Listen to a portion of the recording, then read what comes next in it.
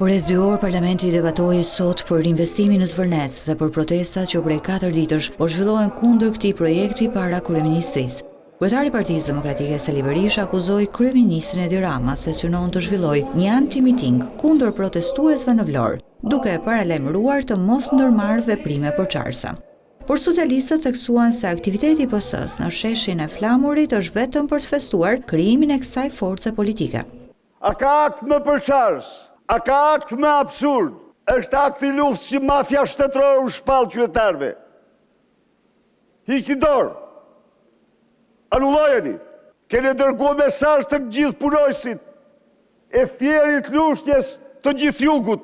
Një lloj si Ramizalia, që donte të na shpallte Republikën e Vlorës me vullnetarët e Enverit. Tani me vullnetarët e Edit. Diversionin tënd se nesër në Vlorë pas kemi ne anti-miting, ne kemi një fest ditëlindje. Dhe populli i Vlorës është kryeqyteti i Partisë Socialiste. Në lidhje me investimin në Zvërnec, majoranca theksoi se ai do të bëhet pasi shërben Shqipërisë.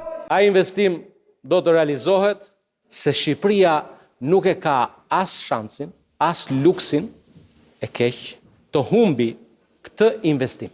Edhe Partia Demokratike beson se investimi në Zvërnec i shërben vendit, por po do thotë se qeveria duhet të respektojë direktivat e Bashkimit Evropian për mbrojtjen e mjedisit. Mbrojmë tezën që në përputhje me direktiven europiane Natyrë 2000 dhe që unë kam besim të plot se kjo direktivë është direktivë që plotëson të gjitha kërkesat e mjedisit. Në qoftë se hapat bëhen në përputhjen me direktivën europiane, unë mendoj se ajo është ato janë hapa të drejta.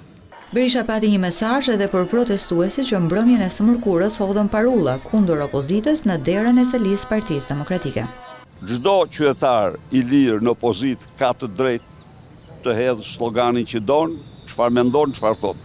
Kurse tipat e stisur si opozitë e opozitës, ata janë mjerimi i politikës. Prej së dielës çdo mbrëmje mira protestues kanë mbushur bulevardin dëshmor të Kombit përballë godinës së qeverisë duke kërkuar anullimin e projektit në Zvërnec dhe dorëheqjen e kryeministrit Edi Rama.